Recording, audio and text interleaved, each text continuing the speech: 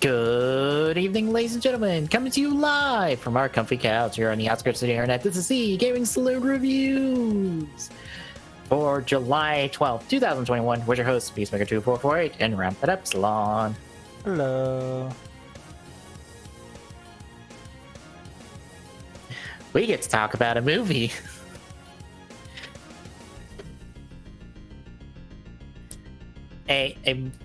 A movie that is very interesting in hindsight, now that I have knowledge of the Wizard novel, and I have several questions. Specifically to the main writer of Wizard of like, wait, what do you mean that's not the case? Your show tells a very different story. And I am very confused.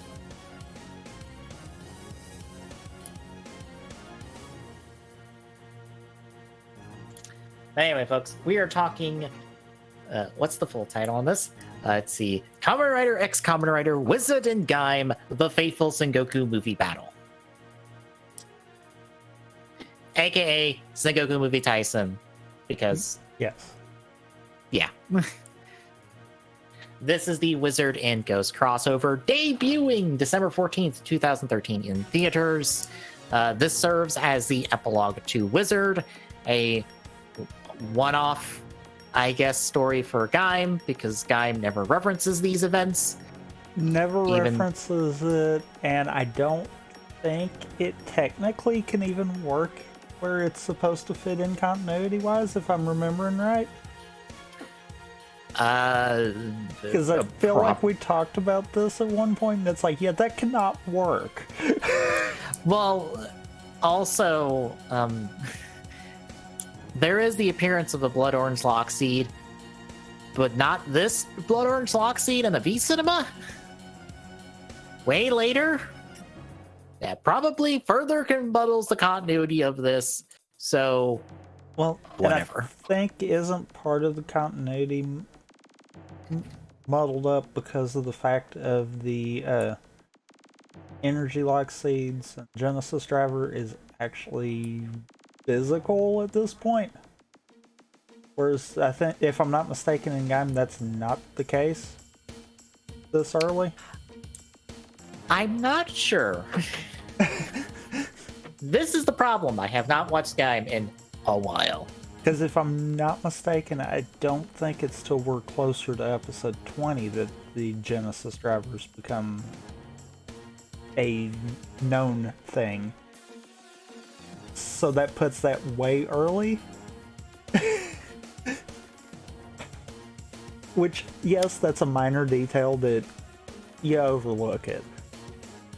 Actually, the first appearance of a Genesis Rider is episode 12.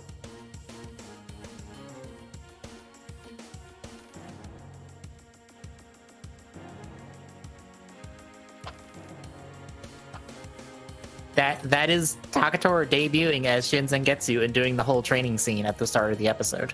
Because I see the picture. Right, okay, yeah.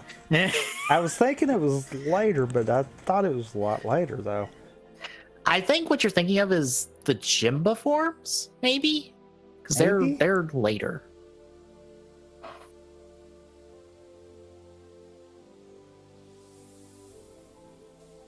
But still, that also kind of throws that into a loop, because he had it for an entire episode without even touching it. He had it for an entire 2 episodes. Well, true. But I mean, I'd be willing to give time skip there. Yeah. Even though there wasn't really any in Gaim.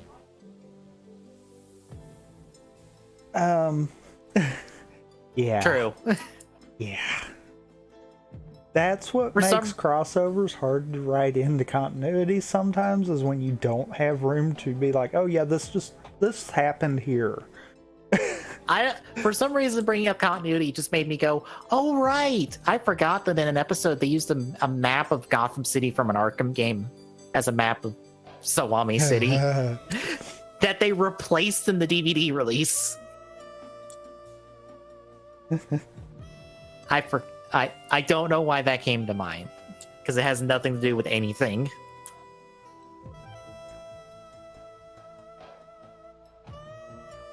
speaking of continuity, like I said, this is the epilogue of Wizard, so this is after the Wizard finale. But before the Wizard novel, for those people who know what the fuck the Wizard novel is. And yeah, as we've already established, the Gaim part of the continuity it's in a place. It is somewhere between episodes 9 and 10, supposedly. Which doesn't explain the thing with the Genesis driver, but It also doesn't explain why they don't show Sid, which... Well, wait a minute. Actually, doesn't that also cause a problem with the ride vehicles? Oh, that Kotza now has a dandelion? Probably. Not so much that as the fact that he didn't know what they were when they first picked them. I just thought about that. Oh yeah, true, because they've gotten the vehicles by... Yeah, they got Right. them in, what, episode 2? No, I think it was like 4.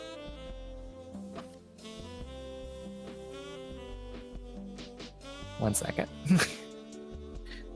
I bet we both just hit around the episode it actually was. 3, actually. Yep, called that. 3. 3, because it's with Baron's debut. Right. Because that's how they duel, is they duel with the vehicles. I knew it was with Baron's debut, but I couldn't remember if it was 2 or 3. 2 is Pine's debut. 3 is Baron's. And 4 is Ryugen's. Yeah. Whoops.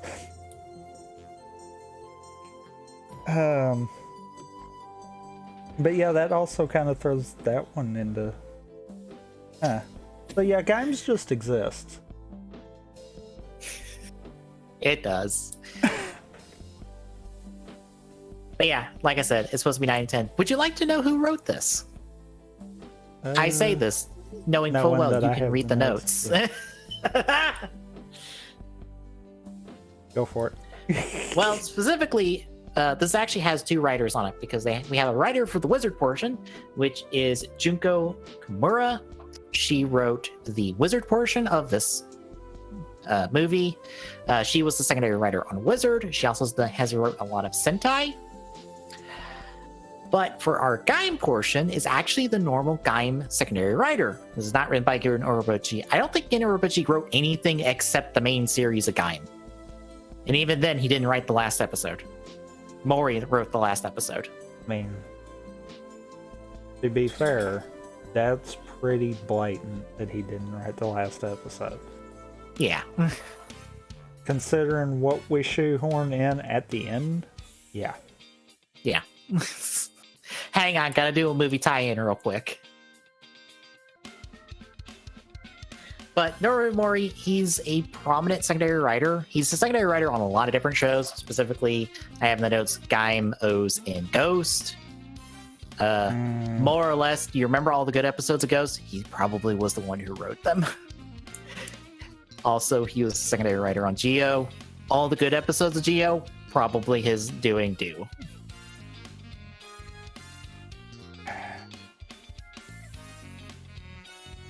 But our director of this is Ryuta Tasaki, who I have here has directed a lot of Rider.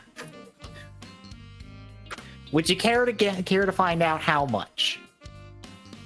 Probably about 3 minutes worth, if I had to guess. Of you saying it off.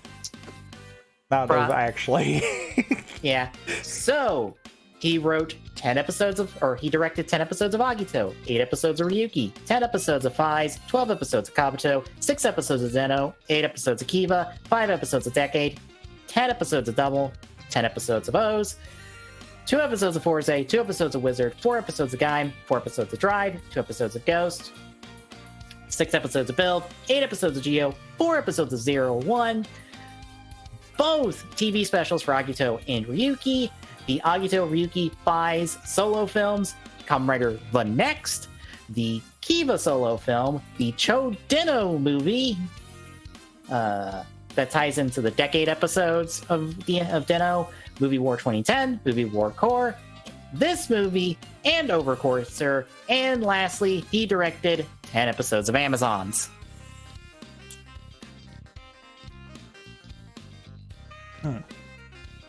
The man has been around for a while.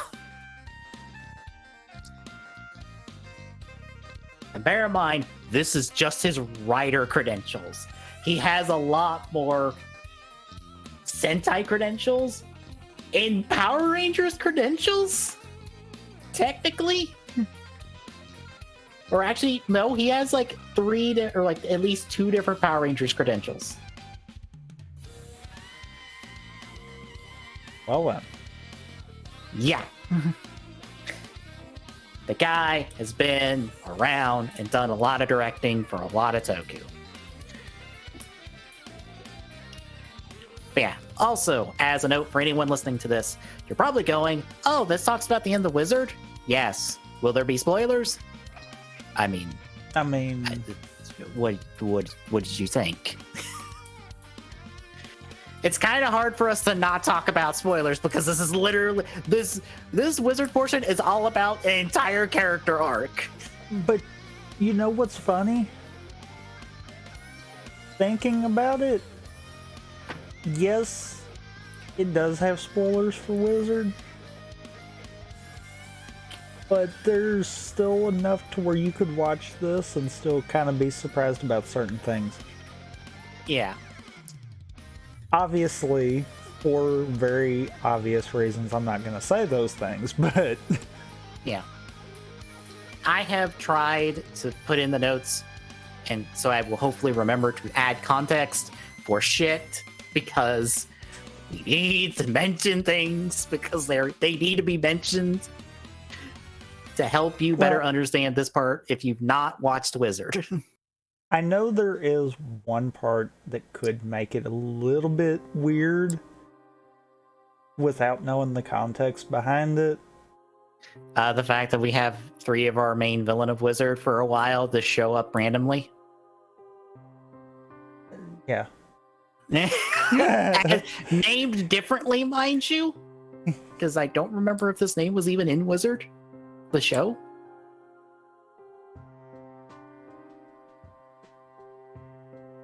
Either. Welcome to one of the reasons why I want to do my rewatch of shows, because yeah, we have to talk about a lot of those shows and I haven't seen them in a while. Yeah.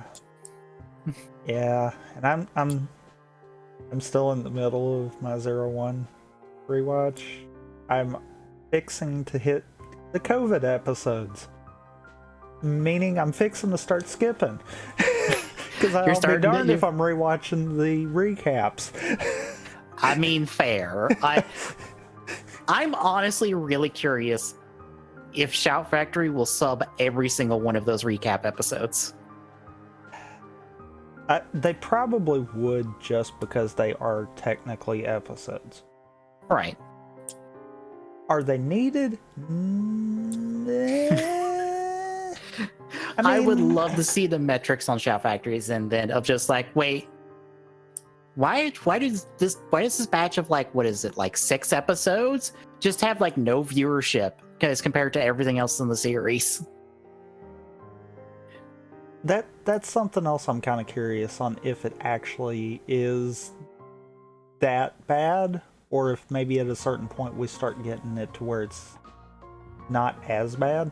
Because I do remember there was, even though most of it was recap episodes through that, there still was a little bit new.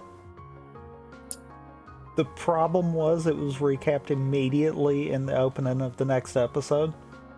Mm-hmm. So you could skip and just watch the openings and be good.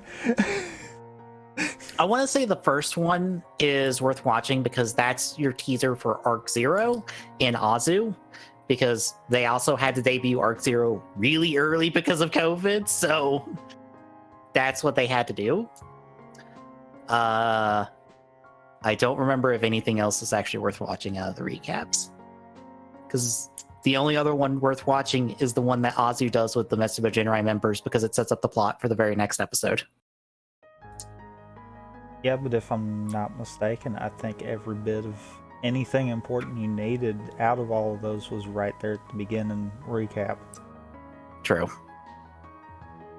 There is one more thing, but it's only dialogue, and that is Yaiba telling Fuwa, "You can fucking authorize these by shoving them in the gun. Why don't you do it?" And Fuwa tells her, "I do what I want." Which is fitting. Yes. which is why I love the little anime special where Yaiba just drags Fuwa through this amusement park, ruins his day off, and then just is smiling by the end because it's like, fuck you, this is what you do to me every day.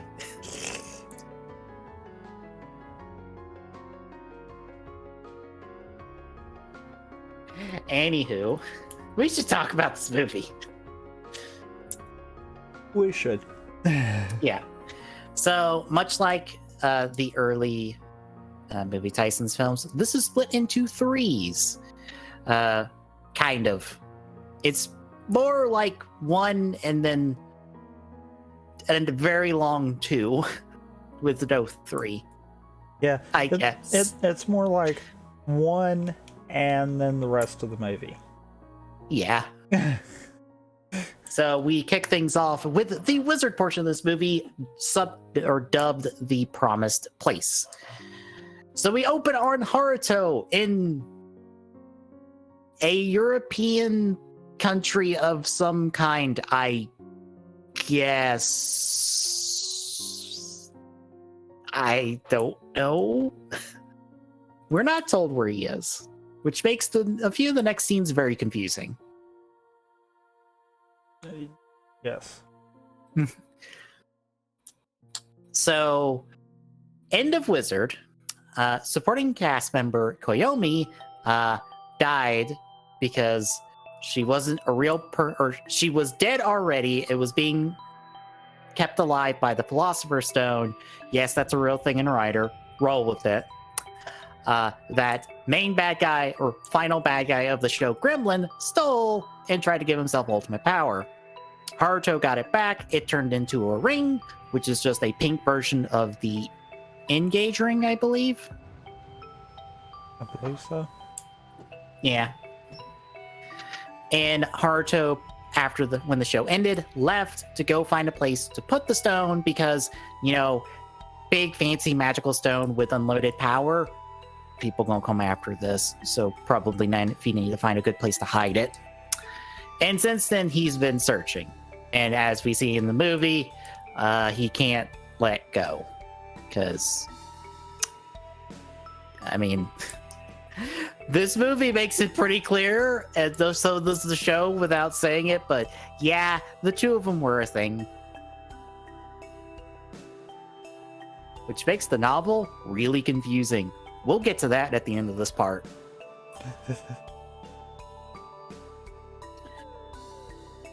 But after Haruto gets a soccer ball for some kids, and he tells them, "I'm not a magician, I'm a wizard," in English, because we need to establish that we are not in Japan, I guess.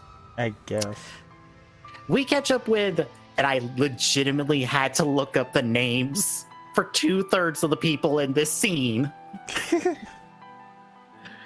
Rinko, who was a cop, but now a special agent for Section 0, which is some special government agency. Don't worry about it. It wasn't really that important in Wizard to start with. Nope. Kazaki, her new boss, who also wasn't that important in Wizard. And Nito, who is here to help, I guess. Because I don't know why he's actually here. Because during the finale of Wizard, he released Chimera from the belt, which saved him from being eaten by Chimera eventually. But also Chimera was out in the wilds, and him and one of the mages will get introduced here in 5 seconds. We're off to go find him, and apparently he's caught him and put him back in the belt. Yeah. But they're looking into a possible... Or, and this is for later, or apparently apparently Chimera just came back to the belt. Because the way the dialogue kind of plays out, it kind of makes it sound like, you know, Chimera just was like, yeah, I'd rather be at the belt. I mean, Dragon kind of does the same thing later, so it's kind of one of those, like, you know what? It's actually nice to just not have to deal with people hunting me and trying to kill me. I'm cool with just hanging out here. Fuck trying to kill you and become like a person. That's stressful.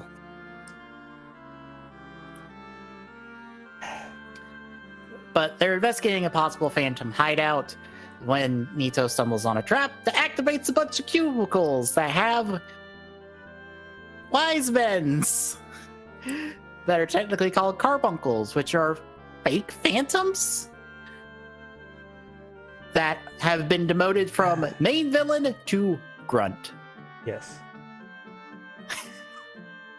Wizard is so fun. I feel like grunt is even an understatement. Yeah. They're even underutilized for that. Mm-hmm. But with no wizards, they're in trouble until some shields pop up, and it's our 3 mages from the series. Mayu, the only person important here, Yuzuru, the small child who became a mage because we needed 4 of you, and Yamato, whose only notable thing in this role is that, oh hey, you played Todoroki in Hibiki, and you're married to the girl who played Sailor Moon, actor-wise, in this show. Cool. Also, you don't need to be in the series.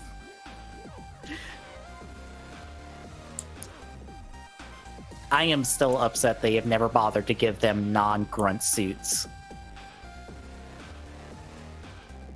I mean, I wish they did.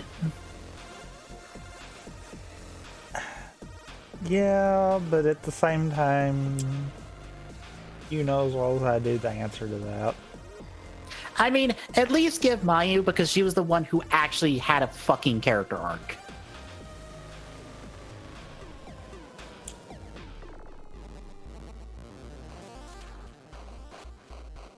Fair. Yeah. Anyway, they do well enough against the Phantoms until a new one just shows up and is just like, I'm gonna eat them. And turns into Ogre. It proceeds to eat the carbuncles, giving him the power of the carbuncles, which I guess is to shoot gems. Apparently. But this injures the mages, taking them out for the rest of the movie. Bye, guys. And everyone retreats as Ogre burns the place down. We head back to Haruto, who is now lounging on a beach. Presumably in the same European country he's in. He was in before, wondering if he should put the Philosopher's Stone here. Until Ogre shows up and is just like, I'm gonna eat your dragon. Which, okay, here's the weird thing I noticed in the dialogue, and I don't know if this is a choice of the subtitle, of the subs, or if this is the actual dialogue. More often than not, he refers to dragon as that dragon. Not dragon, just that dragon. Which might explain some things with his powers. Because this means that there's more than one of each phantom. Which would make sense. That would start making sense then? Yeah. Because, you know, I didn't think about that. But yeah. I noticed it on this rewatch. I'm like, wait. Why do you keep calling him that dragon? There's only the one dragon. That's this dragon. Unless there's other dragons. Unless originally he was supposed to be the crossover villain. And it kind of got reworked. Because if you think about it, the other dimension that we go to later in the movie, there would have to be some kind of similar setup for that wizard to exist. True. So maybe maybe that was like one of those remnants from he was supposed to be the movie villain. Mm-hmm. I mean, that's kind of thought process that I got there. Maybe it's just a case of that's alluding to, yeah, there's more than one of each of these, which would make sense. Yeah, considering his power set involves phantoms we've already seen blown up, and it's like, you couldn't have ate them. Everyone blew them up. Yeah. Where did you get these guys from? Granted, one of them is more confusing than the others. We'll get to that one. Anyway, shows himself as a phantom. Haruto transforms to fight him. He goes all four dragon styles. They fight. Opening credits. Fighting some more. Ogre overpowers him. And we see the different phantoms he has. So like Minotaur and the one guy who teleports that I don't remember the name of. But one of them is Gremlin. Did you notice the problem with gremlins? It's been a while since we watched the show, so no, I did not. Fair. The gremlin we see is the upgraded version of Gremlin from the end of the series. But which should be a unique gremlin, not a regular gremlin. Because that's the gremlin powered up with the Philosopher's Stone. So unless he ate a gremlin that was powered up with the Philosopher's Stone or a similar thing, the fuck? Huh.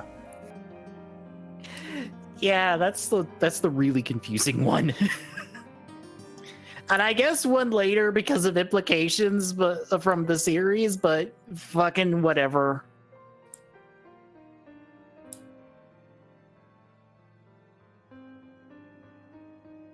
But they fight. Haruto gets taken down. He drops the Philosopher's Stone. Ogre sees it and is just like, this gives you hope? I'm gonna steal it. Bye. And just runs away with the Philosopher's Stone. So we cut back to Japan, where Shunpei is catching up with Rinko and Nito. And you, the donut shop owner, who I swear I never knew their name until I had to look it up for these notes.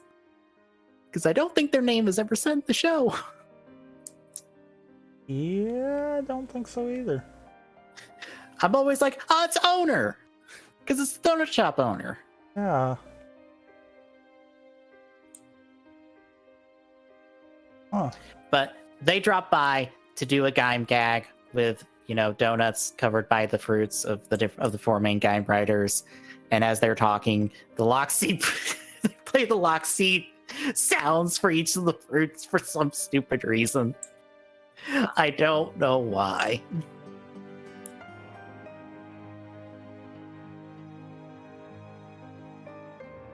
But as they're talking things, Haruto now drops by, being like, hi, I got my ass handed to him, and he stole the Philosopher's Stone. I'm gonna handle this, because I'm technically the only person who can handle this right now. Except for the other 13 people I met in a ring world, but we'll talk about that later. About that. Fair.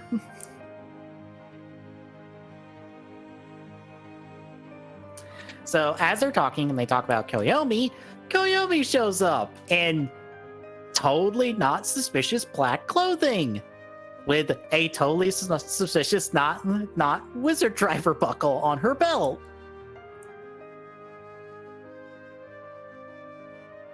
And she's also totally not suspiciously standing on water. Guys. Yeah. Yeah. Why did we not see this? Guys, I know you're missing Koyomi, but everything says, oh no.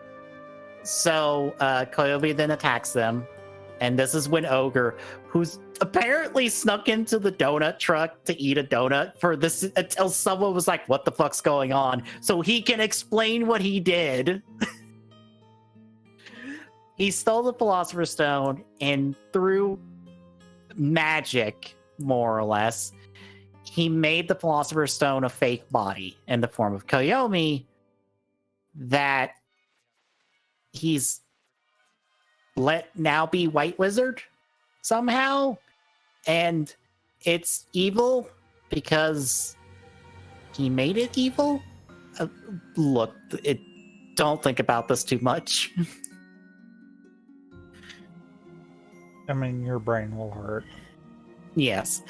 In any case, he made an evil Koyomi that's going to tear apart the city if Haruto doesn't stop her. But, you know, killing someone that he tried to save and is dead, you know, would probably break Haruto. So if you stop her, you're probably going to fall into despair. If you don't stop her, you'll also fall in despair. Fuck you. Now pick your poison. So Koyomi turns into White Wizard, a shorter White Wizard with heels, which is the only difference. Sometimes the suit does not have heels, specifically when it needs to do action sequences, because duh. Yeah, duh. Haruto goes to fight her, but Nito's like, nope, I got this, knocks out Haruto, puts the belt on, says hi to Chimera, says, we gotta go fucking murder a small child, I guess. Not really, but Koyomi is like the shortest person in this show by a good long margin. Oh yeah.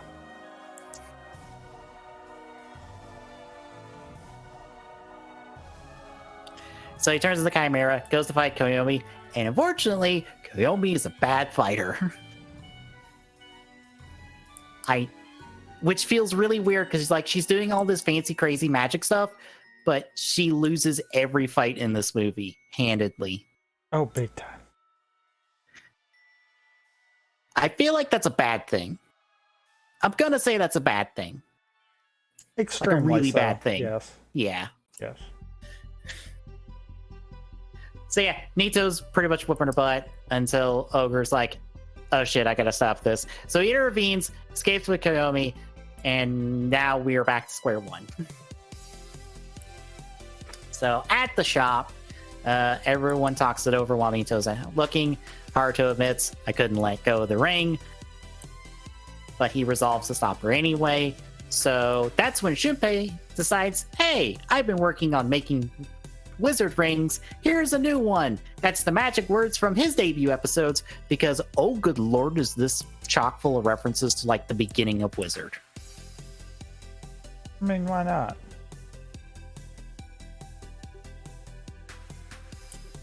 Like, more than anything, this feels like a hey, this is a proper like full circle representation of Wizard, honestly, for good and for bad.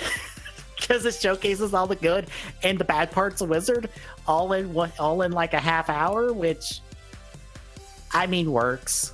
Yeah. Could be worse. Yeah. Anyway, with this new ring, they head out. Haruto confronts Koyomi.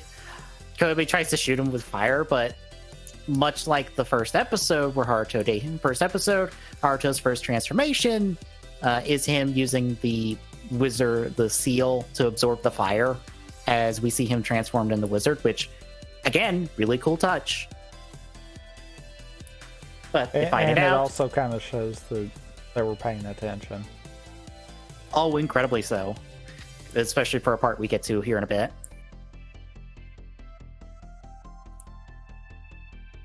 But Haruto's got Koyomi on the ropes, decides to use Shunpei's new ring, and it airs out. Yep, because of course it is. Nito arrives, keeps Ogre busy. Haruto eventually just hugs Koyomi from behind, like the Infinity episodes, and just pretty much talks her down and breaks whatever evil spell thing he put. And then Koyomi's like, hey, I'm cool. I'm gonna go back in the stone now. Bye.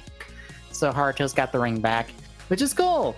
Which then makes Ogre go, shit. Time for plan B, which is to use Legion's powers, which if you don't remember, in the Infinity episodes, Legion's power is to just forcibly break into someone's underworld and just kill the Phantom. So that's what Ogre decides to do. I don't know why that wasn't plan A. I mean, You got to do it the dumbest way possible first. Like I said, the good and the bad of Wizard, all in 30 minutes. Yeah. So he gets in. Haruto is now slowly dying. Nito is unfortunately waylaid by the carbuncles from earlier in the show. Or, well, not earlier in the show. Earlier in the movie. I mean, that too. Yeah. So he's busy with them. But Haruto's like, well, fuck this, gonna pull one last magic trick out of my ass, and somehow uses the power of the Philosopher's Stone and Shinpei's dud ring to copy himself? Transfer his consciousness into I don't ethereal honestly body? No. Look, he makes a copy of himself so that he can use the engage ring on himself so that he can send himself into his own underworld to defend Dragon. Yeah. Makes perfect sense. No. Exactly.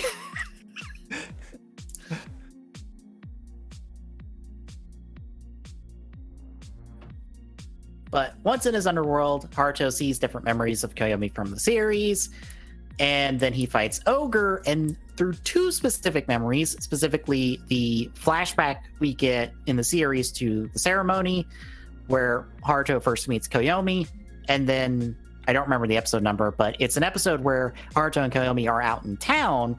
We see the episodes, and I think it's a blend of the footage from the episodes plus the newly shot footage of the fight happening just like off screen, like just out of sight.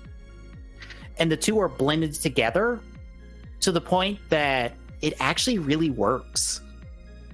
Yeah. It almost makes it look like it always was going on in the background. It does make me wonder if secretly it's all reshot to make sure it's all consistent, but I haven't bothered to actually try to check the episodes to see if it's actually all consistent. Because it wouldn't surprise me if they just reshot everything.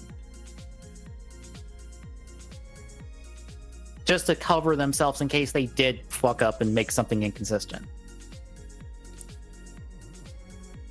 That way you couldn't tell if they were blending the footage or not.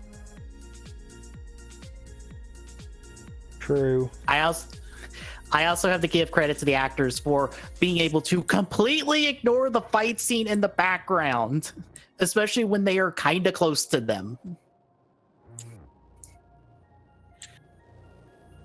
Because that cannot be an easy thing to do.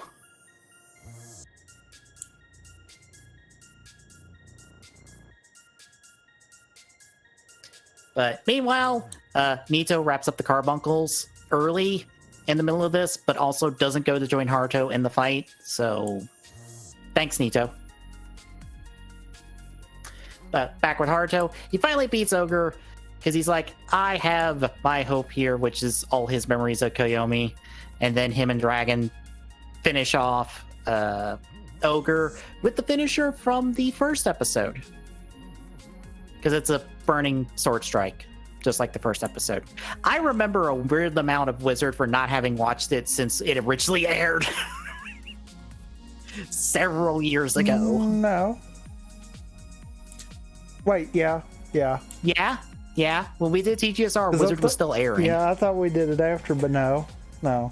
We did it. We did it during because we weren't sure how long it was going. Yeah, we did it like offset by several weeks, but it was still while Wizard was airing. Which is why we never covered this movie when we did Wizard. We did the solo film when we did Wizard. Yep.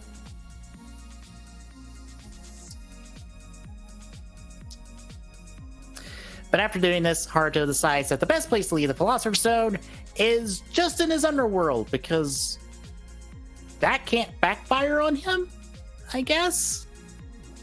So he ends up giving it to the Koyomi in his memories, or one specific memory, I guess, where everyone is frozen for a second, except you can clearly see everyone is trying really hard to stand still. Yes. in awkward positions too, because you can see them swaying ever so slightly.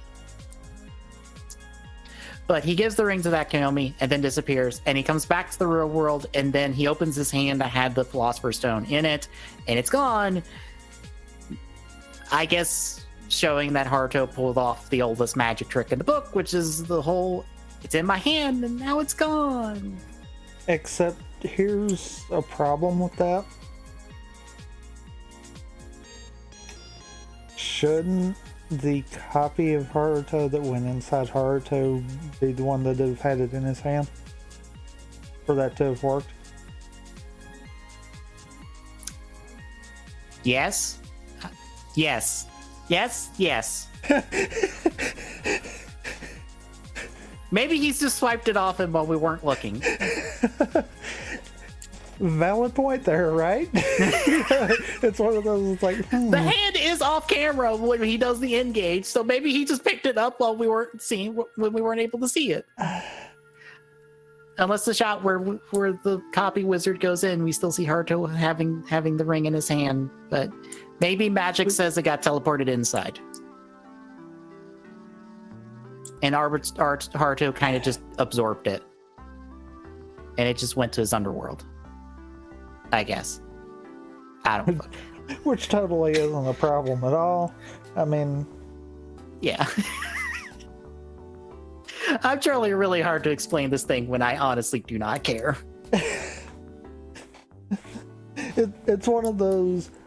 I more pointed that out for as much attention to detail as they had for so many references with Wizard.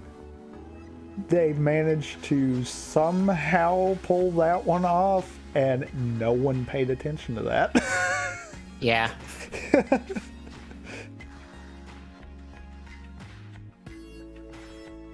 So we end this part with everyone's like, oh, you got the Philosopher's Stone gone. And Nito's like, oh, hey, picking up your sword. We did some good work. And then a green plant monster just pops out of a crack and absorbs Nito and then runs away. And Haruto's like, ah, shit. I got more work to do. And we'll come back to that. Yes. So what did you think of this first portion?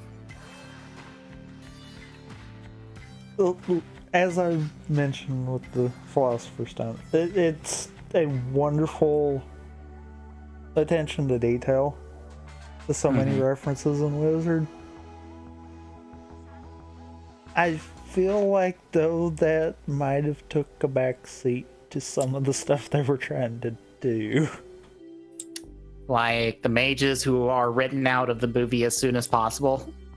That, the fact that our villain for this part of it kind of, has weird wording that could allude to multiple different things. That incredibly cracks open the wizard pathology way larger than I think anyone is prepared to handle. Because... yeah... Yeah.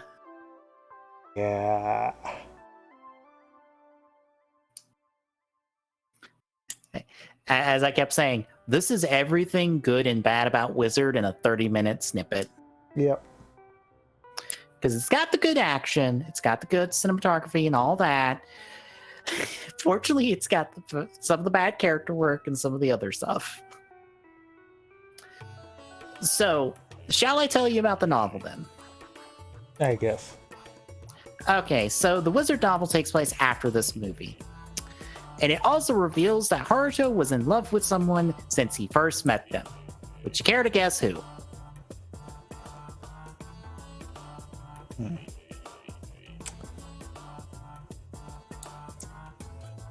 Who? Rinko.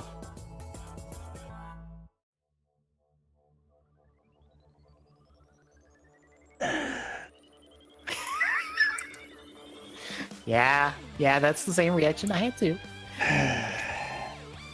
So supposedly he's been in love with Rinko since they first met in the series, and that's always been his first love. Not Koyomi, not at all, whatsoever, no matter how much the series tells you otherwise. How much the series in this movie tells you otherwise. No, that's not their relationship. Also, they eventually go have a kid, and they call her Koyomi.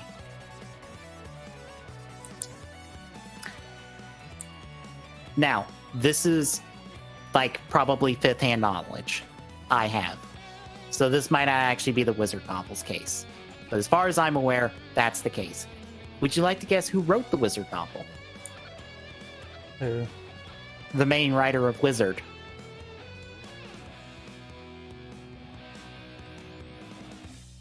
You know, the person who wrote all that stuff between Haruto and Koyomi. Huh. Yeah. Yeah. I don't understand. It smacks of a retcon, a hard retcon of the series. And I think it's probably best to be ignored, especially since both it and the final Wizard stage show, far as I know, both pull the exact same thing of having a dark version of Haruto show up.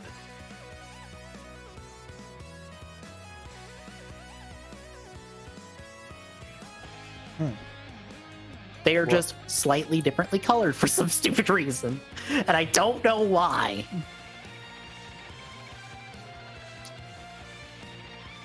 So give me a second, I'll be back. Okay.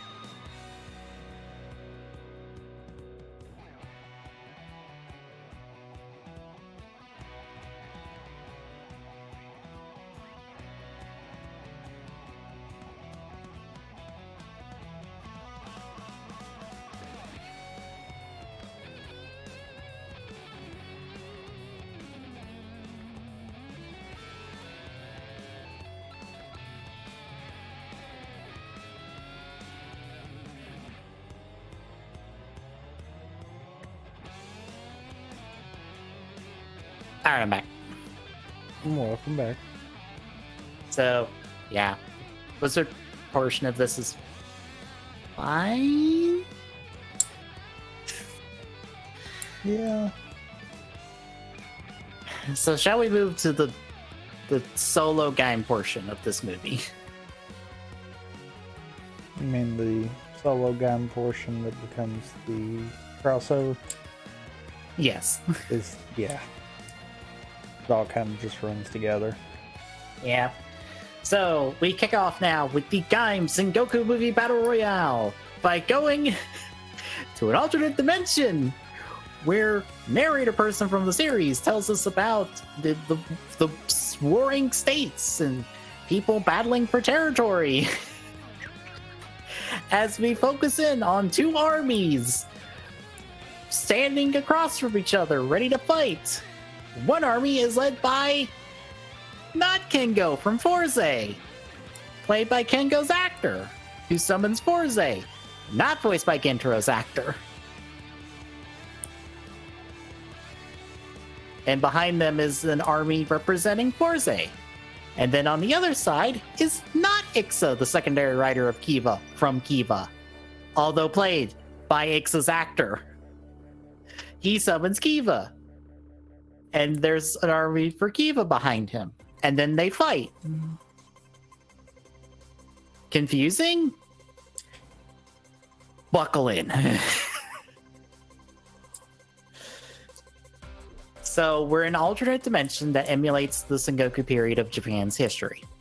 The not Kengo, not Ixa, and eventually not Terry, not Akiko from Double, not Date from O's. By the way, that was Date for reference. Yep. I caught that. And I feel like I'm missing somebody. There's someone else. Anyway, they're all not the people they are supposed to be. They're supposed to be historical people in Japanese history. too bad they're not these other people that their actors play, because they clearly all make references to those specific roles, and Yes. are clearly also those exact people because they act like them.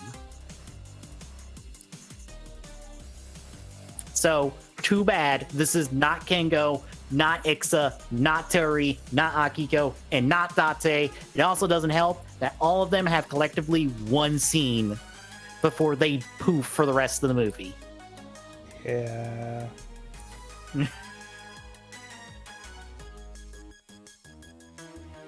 Anyway, the writers are also not the original writers and are clearly not played by their original actors, to the point where some of them are very differently voice acted. I think the Wizard one just doesn't even sound like Haruto when it talks. But they are Bujin writers. What's bad is I could notice that, and this coming from the one that I could kind of tell that we didn't have the original voices for Memory of Heroes, but it wasn't enough to be like, oh, that is completely different. Yeah. I mean, the only original voice actor in Memory of Heroes, I think, is Aruto, if I recall correctly. I believe so. But yeah, all of these are Bujin riders, and they're paired up with various generals that are warring over territory of this land that is currently in a drought because all of the water is stuck in this one magical tree. That whole water drought tree part, you gotta infer that part because they never tell you that part. Yeah. But apparently, one Bujin rider stands alone with no general and an army of monsters from various other shows and movies. Because, by the way, hi, never dopants that are quietly inserted in the scenes without. They're also front and center. Those are some very specific monster suits to throw in. But he stands alone, and also he doesn't look like Gaim. He's a red version of Gaim with these vine detailings on him. I don't know why he's different. He's just different. But anyway, all of that aside, we cut over to Zawami City, where 4 beat rider teams, and again, I had to look up the names of these teams. Because I'm like, all right, it's Team Gaim, Team Baron, Team Kamen Rider Girls, and Team I don't know who the fuck you are. Because I will be perfectly honest, that is all I remembered. I mean, before I had to research. I mean, to be fair, Baron and Gaim are the only 2 teams that are of any real importance. Fair. The rest of the teams, it is who is the rider that is there, and there you go. That's the only important one. All 2 of them, mind you. Yeah. Everyone else is pointless. But anyway, the 4 of them, because it's Gaim, Baron, Soten, which is the I don't know who the fuck you are team, and Pop-Up, which is the Kamen Rider Girls team, are doing a dancing thing to introduce everyone to, or it's a pre-show thing, to a battle royal between our 5 current riders that aren't Takatora, because he's not a part of them for some reason. Mainly because, fuck you, I don't want to be a part of this.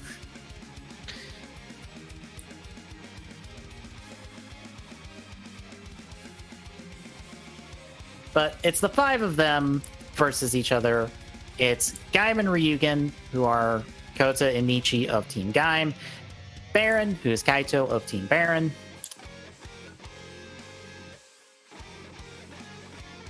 shit. Did I write their names down? Jonochi, who is Gridon of Team Invento, and then Hase, who is Kuragage of Team Raid Wild.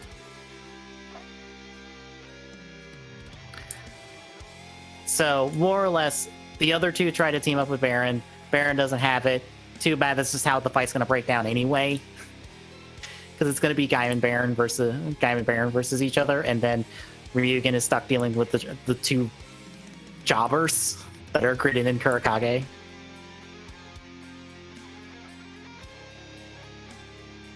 But they're fighting for a bunch of lock seeds. All the lock seeds they currently have, too. Yeah. Except for the Knuckle one. So they transform. I'd like to also note that Gridon mucks up his transformation sequence. Because he holds the lock seed in one hand, and then he slowly puts his other hand on it like he's supposed to. Pretending that he did that on purpose. I love it because the scene lasts long enough after the sound plays that he puts it up there going, oh shit, right, I'm supposed to do this.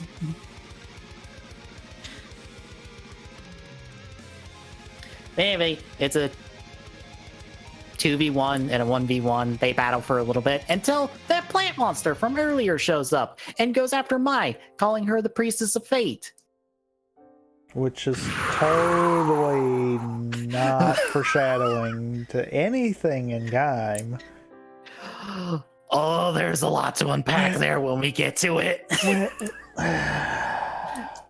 I saw that, I was like, right, they did kind of, oh. There's a lot to unpack there. We'll get there. Anyway, Kota and Michi break off to go fight the monster and drive it back to the Helheim Forest. Kaito also joins in the fight, and then the three of them head into the crack into the Helheim Forest, where it's raining for some reason.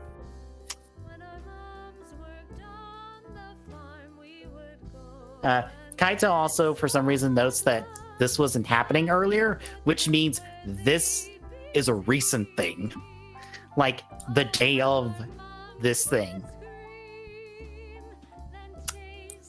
I hope no one tries to plot out how this movie happens in proper sequence, because we're technically before the wizard portion, folks.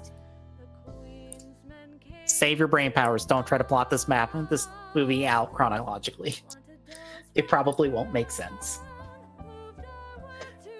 Definitely fair. Anyway, Bujin Gaim notices these other riders who he thinks are Bujin riders, but they're not. They're armored riders, who are also technically common riders, but that's not a thing in the Gaim series. Except hold that thought. We'll get there. He brings them through the crack into his dimension, where a bunch of people are praying at a tree, and then everyone looks at Gaim and thinks he's Bujin Gaim, except he's the wrong color. But it's dark, so I'll forgive them. So they run away. Kota doesn't understand. They get some Lockseed vehicles off a tree that they don't know what are. Don't think about the continuity on that one. Don't worry. There's more. And then they head off to where a fire is off in the distance. Meanwhile, Takatora said Sengetsu is at Yggdrasil and finds out, oh, a bunch of our drivers disappeared. We don't know where. And he's like, fine, I'll go save them. So he heads into the forest. Presumably for a fucking week and finds nothing, as we'll find out.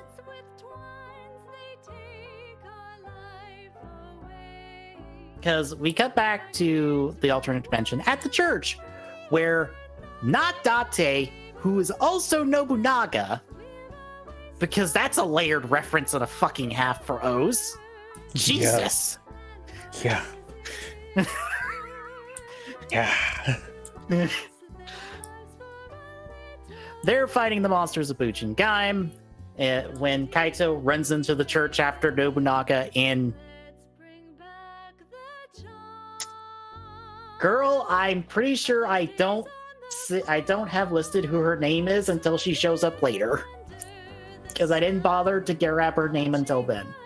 Whoops.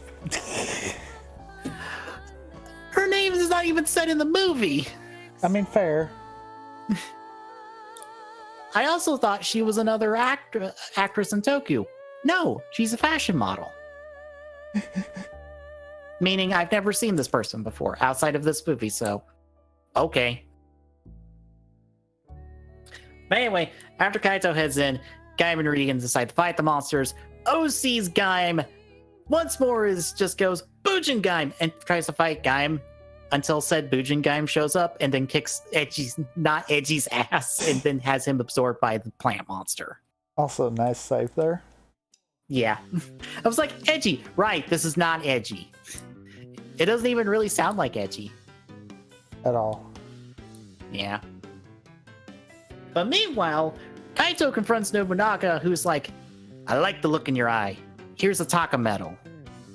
Go conquer the world, I guess. I'm gonna go burn in this church with a bunch of monsters so y'all can escape. Bye. That's Date done for the movie.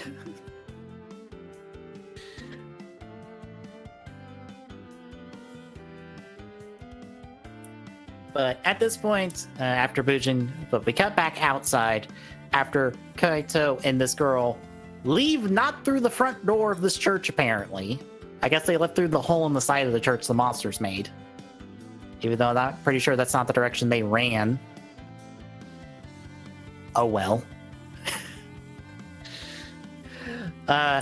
Kota and Michi run away, I think after Kota gets beaten up by Bujin Gaim for a bit.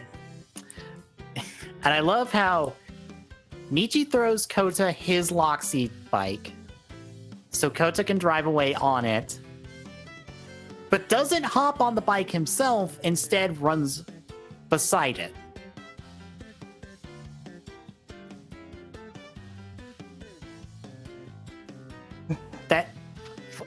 Why?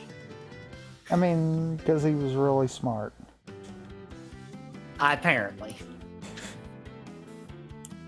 Anyway, they escape. They eventually crash out on the road because Kota's injured. And then...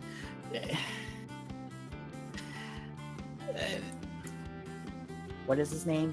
Iyasu? Guy who is not Nito, even though he should be played by Nito. Considering, you know, most of the other generals are played by the secondary writers of their show, except Kengo, who's just not. Who's not. I really wish it was Ryusei now. Wouldn't that have been hilarious? I'm sad that it was Kengo now instead of Ryusei.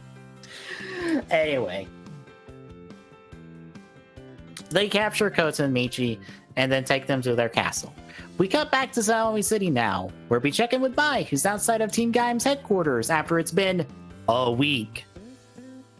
As Sakura tells us, swiping in the pictures of Gaim, Baron, and Ryukin with his own sound effects that he makes, mind you. Because it's fucking Sakura. I feel like they've tried to replicate Sakura in later series, but none match the nonsense that is this man. Because I'm just remembering Sakura being this every episode he was in. I mean, yeah. But anyway, it's been a week. Somehow. Even though it's only been like one night, I guess. And then it will be the next day in time dilation, I guess. I don't fucking know.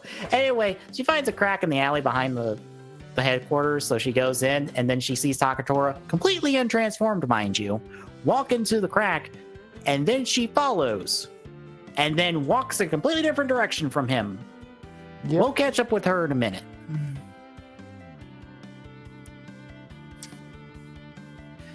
I would say, wait, how does Kota not recognize that's Michi's brother? But then I'm remembering, all right, Michi kind of kept his lives separate.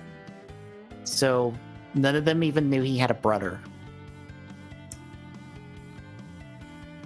Because they also didn't know he was rich. I mean, yeah. Anyway, we get back to Kota and Michi as Iyasu more or less browbeats them into working for him to be his new Bujin riders because Wizard's gone because he got absorbed by the plant monster. Which takes us over to Kaito, who he saves a girl who I have listed as Renmaru. He saves her from some guys trying to get a location of treasure from her, of Nobunaga's. And then the two of them are like, want to go form an army? Let's go form an army. And then they go start gathering up different people from like the other armies that are defeated.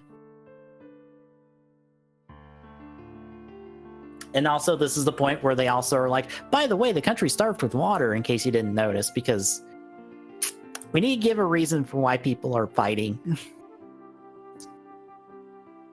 So then we go over to not Ryu, not Akiko, and not Double, who I'm not even sure is 2 people or 1 person. I think it's just, one person. I think. Is this Double 1 person or 2 people? I don't know. I'm gonna say 1 person because we only hear 1 voice. But I mean, to be Gaim fair, is our though, Philip usually is kind of quiet in suit. true, right? So Bujin Gaim's army is on them. So not. Wait a minute, though. They went extreme. Yes. Yeah, I'm gonna go with 1 person on this one then. Yeah, that's why I was like, is it 1 person or 2? Because I only hear 1 voice and they're double extreme. There should be 2 people. Yeah, I'm gonna go 1 person. Yeah. So this Philipless Double goes double extreme and is fighting the monster, beats them all up, pretty much has Bujin Gaim on the ropes until Sengetsu shows up and then backstabs Double, thinking that he's saving his Gaim. And that allows Bujin Gaim to defeat Double in their strongest form, so it gets absorbed because plot says Double needs to get absorbed, even though we put Double in extreme. Mm-hmm. Oops. And correct me if I'm wrong, but is that not the only one that actually went final form? That is the only one to form change in this fucking movie at all. Which makes it even stranger. Especially seeing as how, all of them can do it? Technically speaking, yes. Because I assume they have all their... Because as we find out, Bujin Wizard had his Infinity Ring.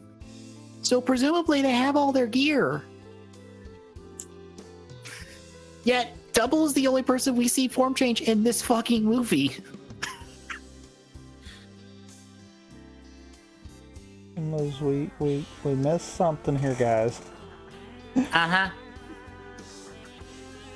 Also, as an extra note, at some point in this movie when they're like, there's 14 Bujin riders, that shot of all the different riders is actually reused in Kamen Rider Tyson with a new image of Gaim from the Wizard Heisei Rider special.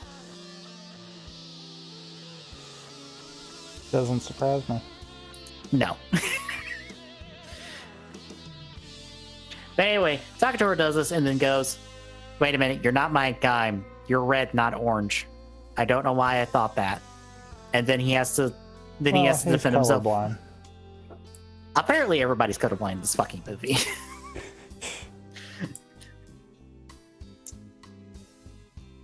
Anyway, Sakatora has to defend himself, but he runs off. And I think at some point later he picks up the Joker memory that was left behind by Double? Question mark? Yeah. There is a blink and you miss it scene where he picks it up. Yeah, okay. Well, I meant the Joker memory was left by Double, not Akiko and not Teruya when they run off to go get married, because shouldn't that be the Joker memory in their possession? Because Nobunaga implied that you have to have the trinket to win the favor of the Bujin Riders, which is why he has a Taka medal when O's has the Taka medal in his driver. Even though technically there are two multiple Taka medals, but that's beside the point. Yeah, I mean that one's okay because that one can be wrote up that way. Yeah. But technically that couldn't be the case because then they couldn't, then Bujin Double couldn't have been Double. Right. Kind of deal. Yeah. Unless you want to get into the whole weird we're gonna try to throw everything else in. We're just gonna go off a base. Yeah. Look, this dumb alternate dimension nonsense is bad enough. Yeah. Anyway, we go back to Yasu at this point and the boys as they're out for a drive to go hunt a hawk, I guess, that Yasu has. Only for Bujin Forze to drive up behind them slowly, turn in front of them, tell them to look out, and then an explosion happens in front of all of them. What? Mm-hmm. Not Gentro. Why are you telling them about an ambush that is in front of them and not behind them? From the direction you're coming from. Instead of... Anyway. They get attacked by monsters from Bujin Gaim's army. Forze goes to defend them, fight alongside them. So Gaim and Ryugen do some fighting. They do some form changes. Ryugen uses his terrible Kiwi arms. God, I don't like Kiwi arms. I mean, it looks so unwieldy. It does, but it could be worse. I feel like his weapon should be way smaller. Yes. Like, way smaller. And not, like, the size of his fucking chest.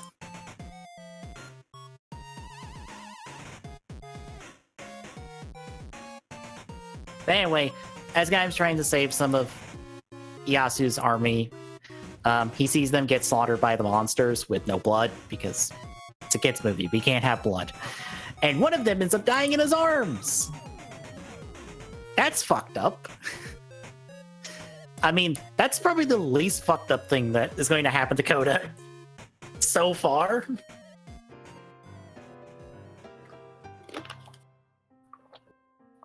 Correction. That is the least fucked up thing that he knows about that he has done so far. Because episode 1 of Gaim, but that's not relevant here.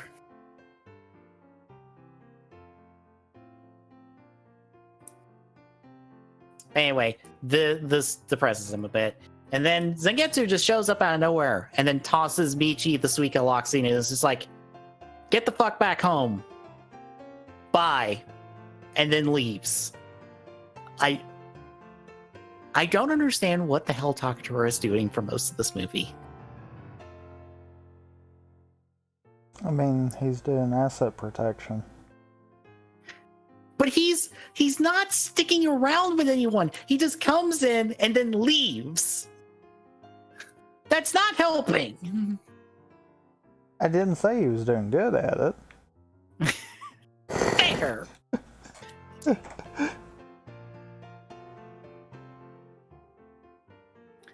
Anyway, eventually Forze is defeated, absorbed by Bujin Gaim. That also means all the Bujin riders have now been absorbed. Apparently. But Gaim manages to save Yasu, but when he does, Ryugen ends up getting absorbed, and then Gaim is forced to escape with Suika arms in the ball mode. Not the hover mode. Mm-hmm. That would be better for the situation. Nope, ball mode. All right. Because he doesn't know.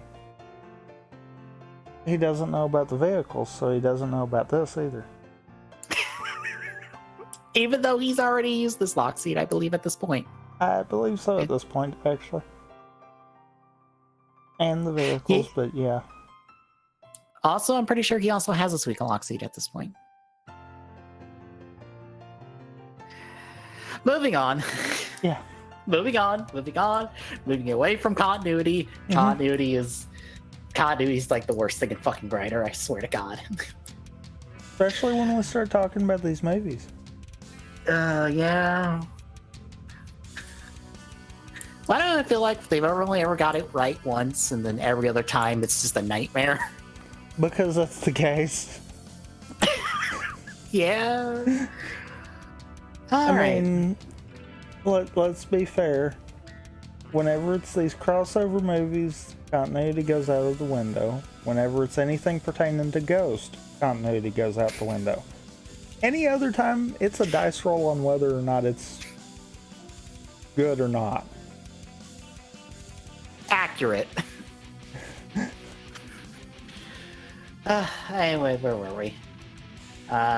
Oh yeah, a crack opens then, randomly. That's showing the ending events of the wizard portion of this movie. So that's when that part happens now. And then some point later, Takatora shows back up here and picks up the rocket switch that not Forze or Bujin Forze dropped and takes it with him. But we catch up to Kota and Yasu. They argue about the whole war thing and all that. I'll be honest, I'm just kind of ignoring these parts because it takes forever to get to the thing. Because they do it, like, I think, like, twice. And I don't know why they did it twice. Because they do it here and they do it in a later scene. And it honestly should just been the later scene.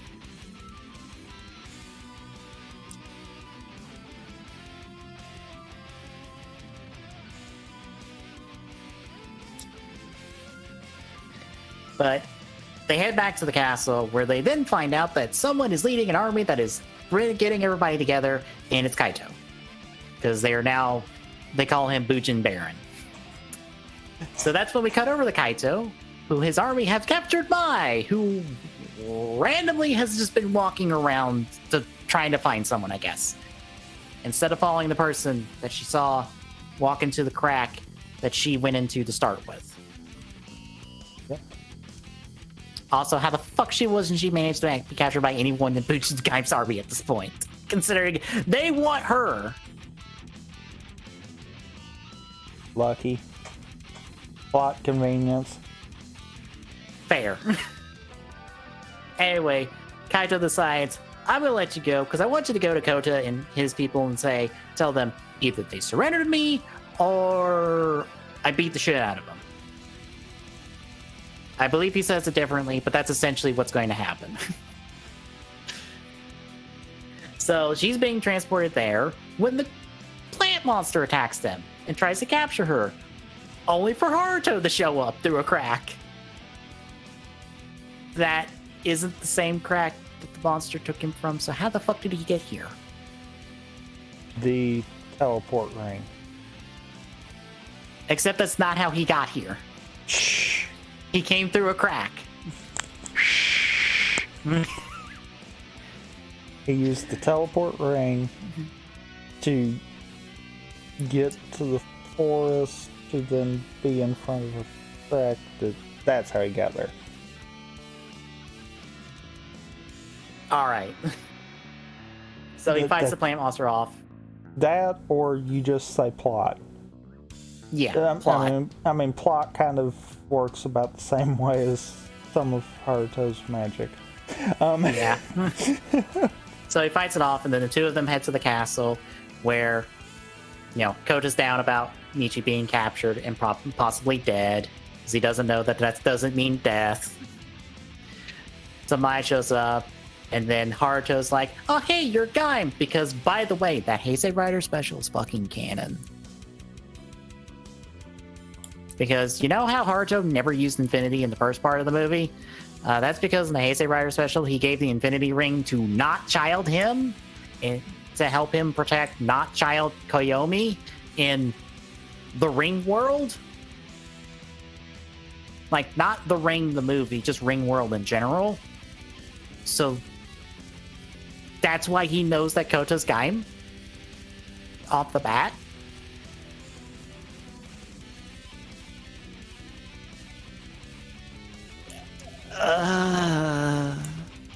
Why did we consider that canon?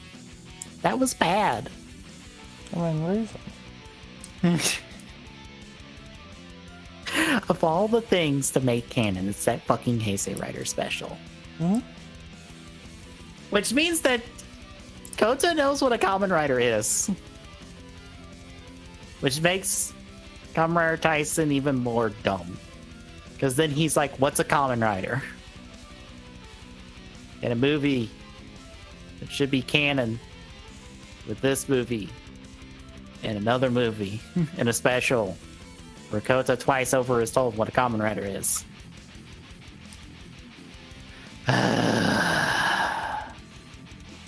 Anyway. Essentially, Haruto just pretty much lays out you want to protect your friends, you want to protect the people you care about, sometimes you gotta fight for it. So, buckle up, slap your driver on, because we gotta go fight some people. And then he finds out from Yasu that's essentially what he's been trying to do, is fight for his people and fight for a better future, because what the fuck else would he be fighting for if he wasn't a bad guy? Which he clearly isn't. Even though he does kind of remind me of Stark.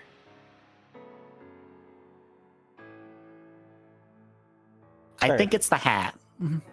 It's just the hat and how he acts. It's just like, oh, hi, Stark. Is this you? Is this you when you were in an alternate dimension?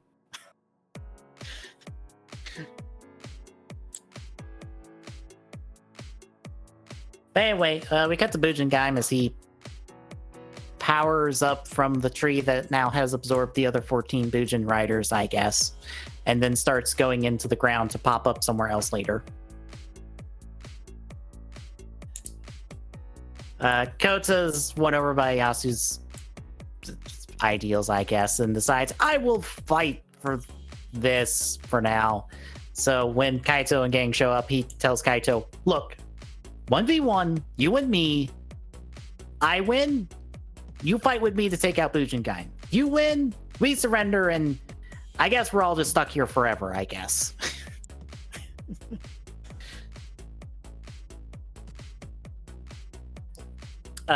Also, at this point, Haruto decides to play like he's Bujin Wizard and introduces himself as Wizard, but doesn't get the Infinity Ring that I believe we see Ieyasu have at this point. That's for later.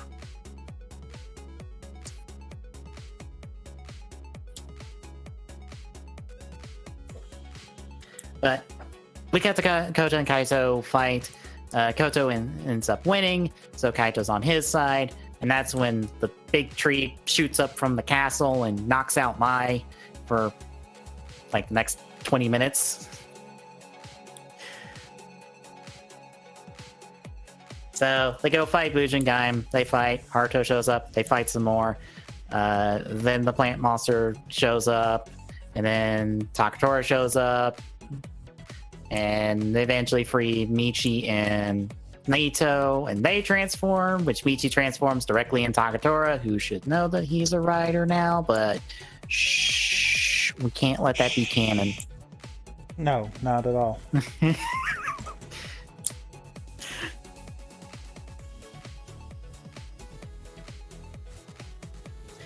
So all of our riders are fighting Bujin Gaim and the plant monster, except Bujin Gaim knocks them all down with the finisher, so he can jump up to the top of the castle to go get Mai. But then Gaim and Wizard follow after him while the rest of the riders deal with the plant monster.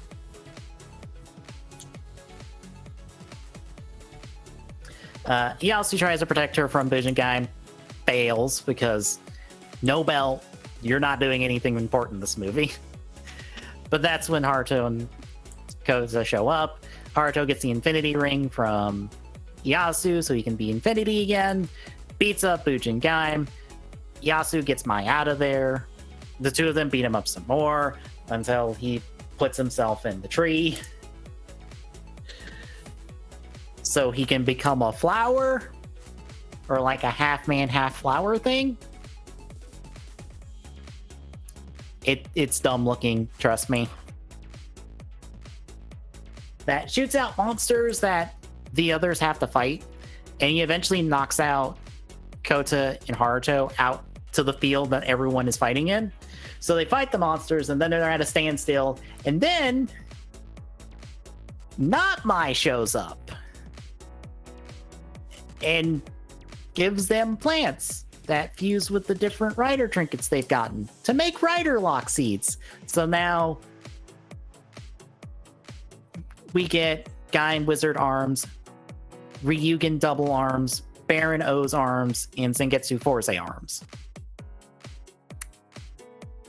Do we dare unpack the fact that Not Mai shows up in this is recognized to be the Priestess of Fate.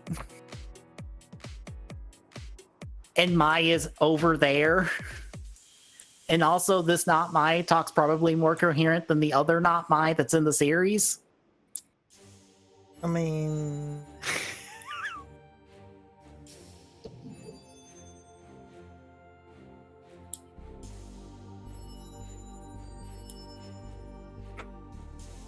It's a lot when you go, wait a minute.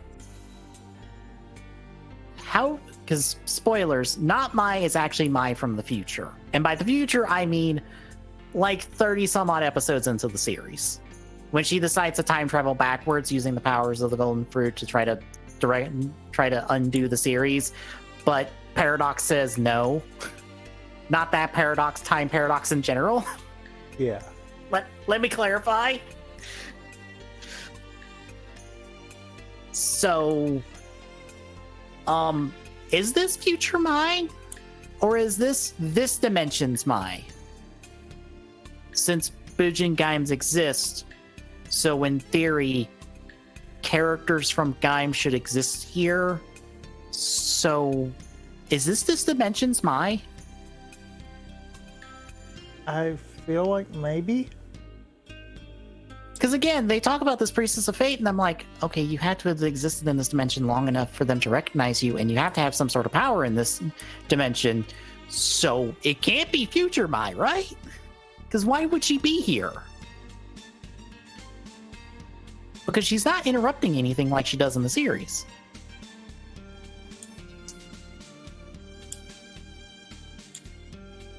Because also, current Mai is knocked out, so she doesn't know what's happening. I am putting far more thought into this than they did, probably. Probably. All right, moving on. But anyway, they've got their rider armors, which only like 3 of them are going to really use. Gaim doesn't use wizard armor at all. So Haruto and Nito decide to join them, and Nito goes hyper, because of course he does, whereas Haruto goes into his 4th variation of All Dragon, in this case, Infinity All Dragon, but gold. I guess it's the Philosopher's Stone that made it gold. I guess. Because I don't know why it's gold, because it's using the exact same ring he used last time to use Infinity All Dragon.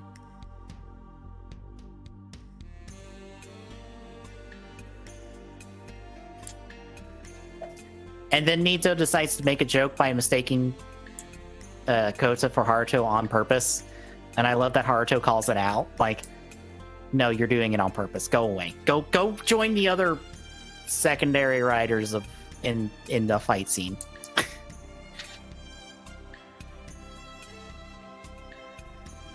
So Wizard and Gaim fly off because Gaim's got the dandelion. And they go burn the big tree, while the secondary riders do the catchphrases and the moves. Except Takatoru doesn't play. He does half an Uchukata before going, fuck this, I'm just gonna punch something. Fair. It is funnier that he does not do a full Uchukata. Except I think he does a full Uchukata on Gamba Rising. I have to go look. Another day.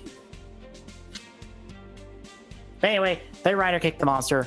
Maya wakes up in time as Kota and Haruto end up getting absorbed by Bujin Gaim, because his big plan is, as they're running at him, to split himself in half and just slam the tree around them, because that's how that works.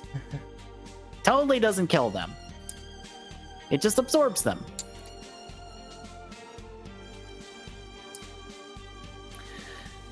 So inside, the other Bujin riders decide, you're good people. We're going to bequeath you our powers, and Spirit Rider kick them to give them the power, which is to turn Suika arms into a soccer ball. So Haruto can kick it, and then they rider kick Bujin Gaim after the ball hits, and then Bujin Gaim's dead. and it breaks the tree, and water comes out, and now it's raining. So day is saved. At this point, our riders depart. We don't see Takatora leave with them. I guess he just left separately somehow. Even though we see Michi use the Blood Orange Lock Seed to get them back to the Helheim Forest, so I don't know how Takatora got back before them.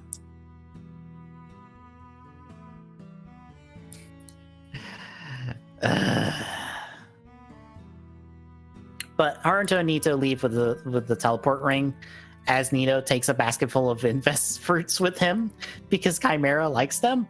That doesn't have some dark implications. Nito, baby, you shouldn't. Too late, I guess.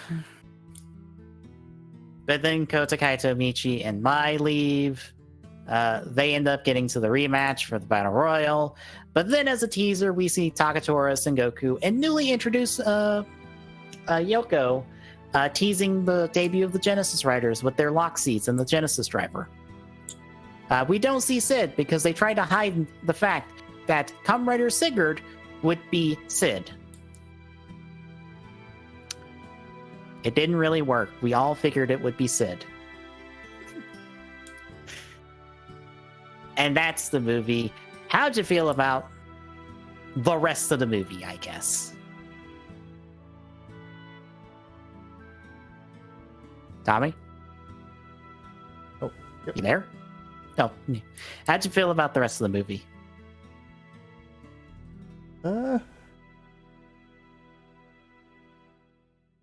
I mean,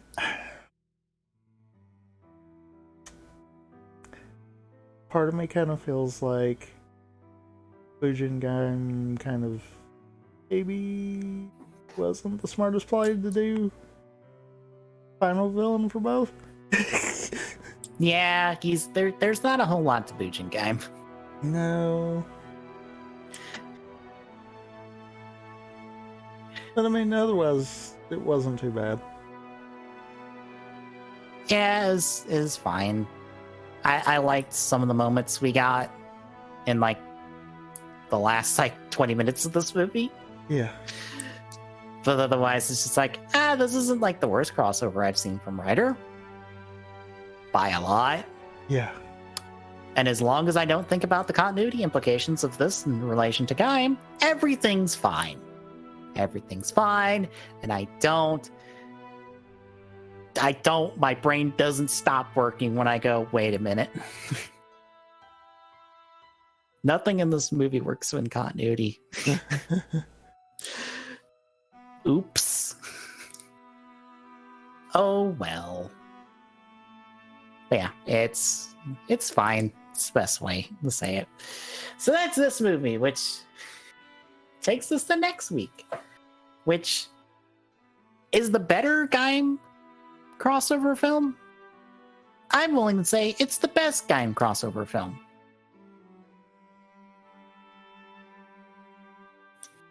I mean, to be fair, it doesn't have a lot of competition. Yeah, because it has this and Kamen Rider Tyson. And I guess technically the other Heisei Generations movie we're watching in this batch, but does that one count? I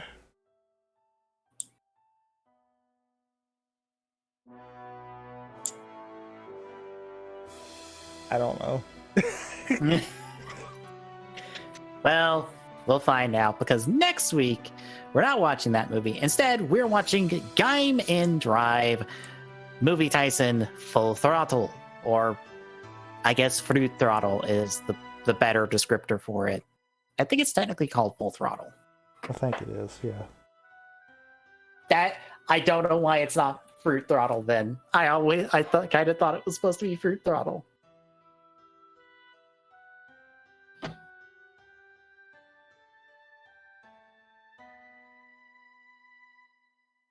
Yeah, it is Full Throttle. Damn it. Why didn't they go for the pun? They always go for the pun.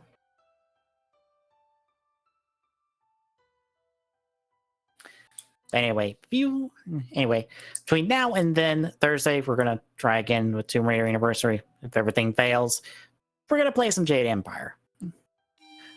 Friday will be us wrapping up Overcooked 2. Saturday will be the podcasts where we talk about stuff.